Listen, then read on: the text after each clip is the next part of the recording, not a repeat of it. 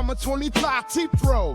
That's the heat, tough as nails, can't be beat on. This is the phone that's been generating some serious buzz lately, and for good reason. It's got thermal imaging, night vision and a bunch of other cool features we're gonna dive into. In this video, I'm gonna show you everything you want to know about the Ulefone Armor 25T Pro. We'll test it to see if it's worth your hard-earned cash and figure out if it's better for pros or casual users. So hit subscribe, grab your coffee and let's crack open this box to see what Ulefone packed inside. First up, the box itself. Solid, nothing fancy, but that's cool. We're here for what's inside. Right on top, we've got a tempered glass screen protector. A bunch of manuals. Seriously, Ulefone did not skimp on the guides. And then the main event, the phone. Check out the camera module, it's like a throwback to a 1950s radio, retro vibes, and I'm kinda digging the retro vibe already. Before we dive into the phone's design, let's see what else we've got here. There's a 33 watts fast charger, and the plug type depends on the region of course. And look at this, a bold red USB-C cable that totally screams welcome to the club, just like OnePlus. Also in the box is a handy strap to attach to the phone's frame and a SIM card ejector, or more accurately a SIM card puller.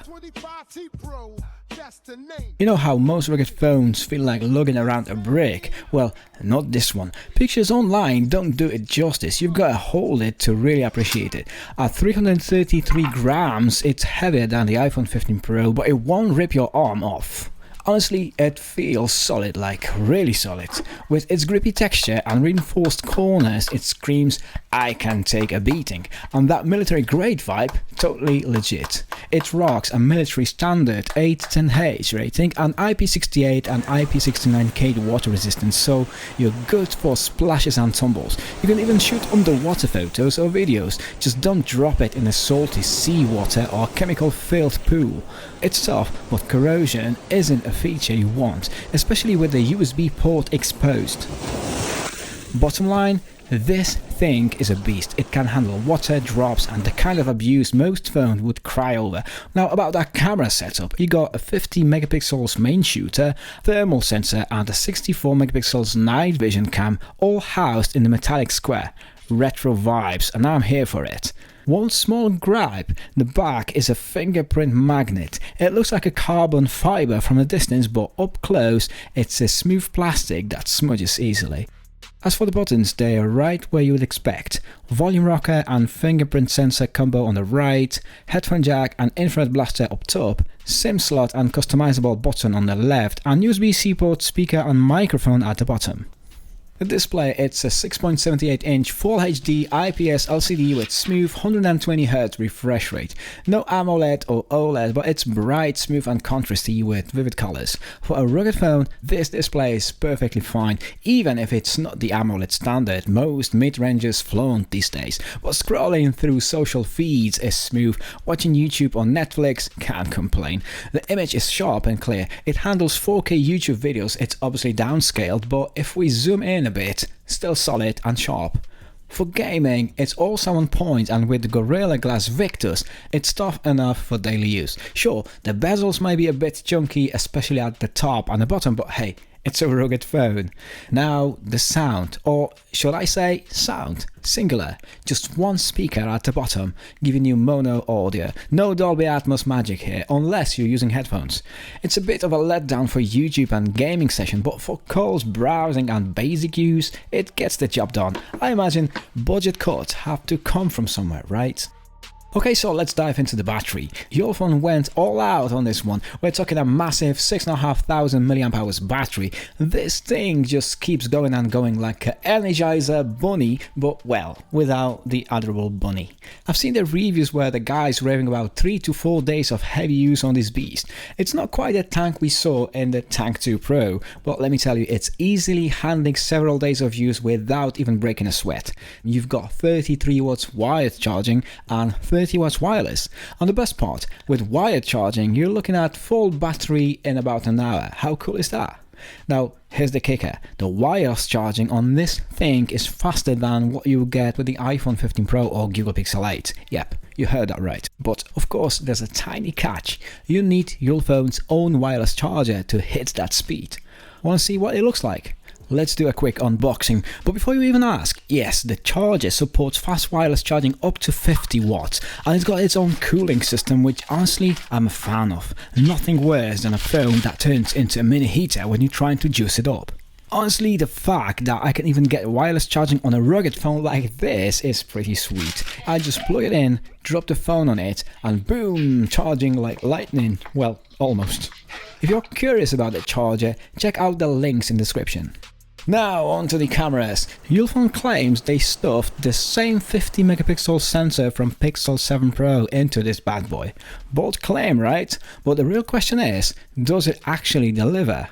Well, I've got to admit, it's better than I expected. You're getting decent contrast, solid details, vibrant colors, and some decent HDR action.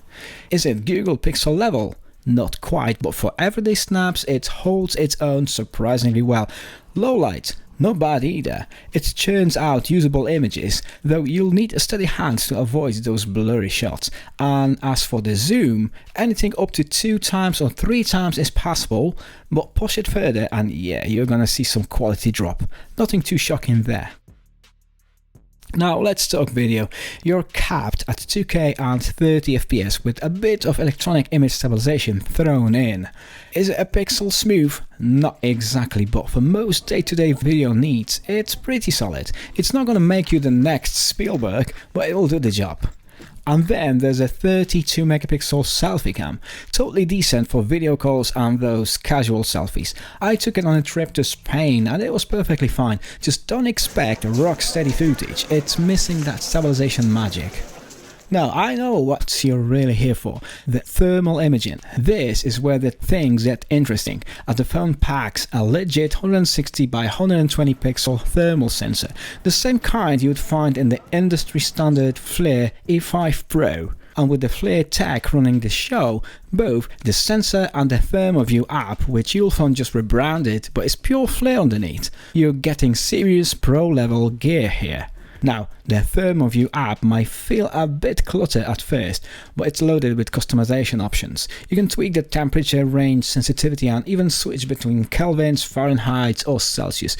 Compared to Doogee Infrared app, this one's more complex but way more versatile. I put it head to head with my trusty Doogee V20 Pro, and honestly, the Ulefone came out on top. The readings were more accurate and the recorded image was clearer. Sure, some might gripe about the 160 by 120 pixels resolution, but that's a standard for industrial grade gear. Plus, the software upscales the image to 1440 by 1080 pixels, so it looks crisp. You can record thermal videos at 25 FPS. There will be an occasional stutter, but it's mostly smooth. And for the tech nerds out there, here are the specs. The range is solid, though distant readings can be hit or miss. I tested it at night, and while it accurately showed which buildings are hotter, close-up objects like skin temps were nailed perfectly. You can even spot cars generating heat from hundreds meters away. Just watch out for Doogee's wild readings that sometimes makes everything look like it's on fire. Yes, it can detect temperatures from -20 Celsius to 550 Celsius. So is this good for professionals? Absolutely, as long as you get it calibrated. This is legit industrial grade Flir tech. Now let's be real, you're not gonna replace your fancy night vision binoculars with this thing. The autofocus is solid up to about 20 meters, which isn't breaking any records, but come on, having night vision on your phone is pretty handy to have. Let's break down what's under the hood. The 25T Pro packs a MediaTek Dimensity 6300 chip. It's not the fastest out there, but it's 5G ready and a definite upgrade from the hated Helio G99. Now, on the connectivity side, calls are loud and clear with no issues. Performance-wise, it comes with 6 gigs of RAM, which is decent for daily use, though heavy multitasking might cause some stutter. You can virtually expand the RAM by another 6 gigs, but that eats into your storage. Speaking of which, you get 256 gigs of UFS 2.1 storage, which isn't the fastest, but it's adequate. Need more space? Just pop in a micro SD card up to 2 terabytes. On Antutu, it scored 786,666 points, putting it into mid-range category, just behind the Google Pixel 8. Geekbench scores are 755 for single core, 1961 for multi-core and 1443 for GPU in OpenCL. But enough with the numbers, let's get into some real world stuff. I tested Asphalt Unite, cranked it to high graphics settings, and guess what? Smooth as silk. No weird glitches or lags, and it felt pretty solid at the default 30 FPS. Graphics is on point and the gameplay is responsive. Next, Call of Duty Mobile. Medium settings, smooth sailing. No major lag to complain about, although the frame rate dipped towards 30 FPS during those crazy intense moments. If gaming's your top priority, this phone might not be your best bet.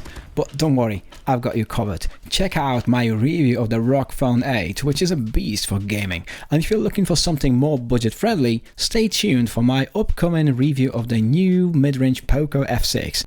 Alright, let's wrap this up. For around $300 US on AliExpress and just under $500 US on Amazon, the Ulefone Armor 25T Pro is packing some serious heat. Literally, with its industrial grade Flir thermal imaging. You get a solid main camera, infrared night vision, 5G connectivity, a big screen and a beastly battery.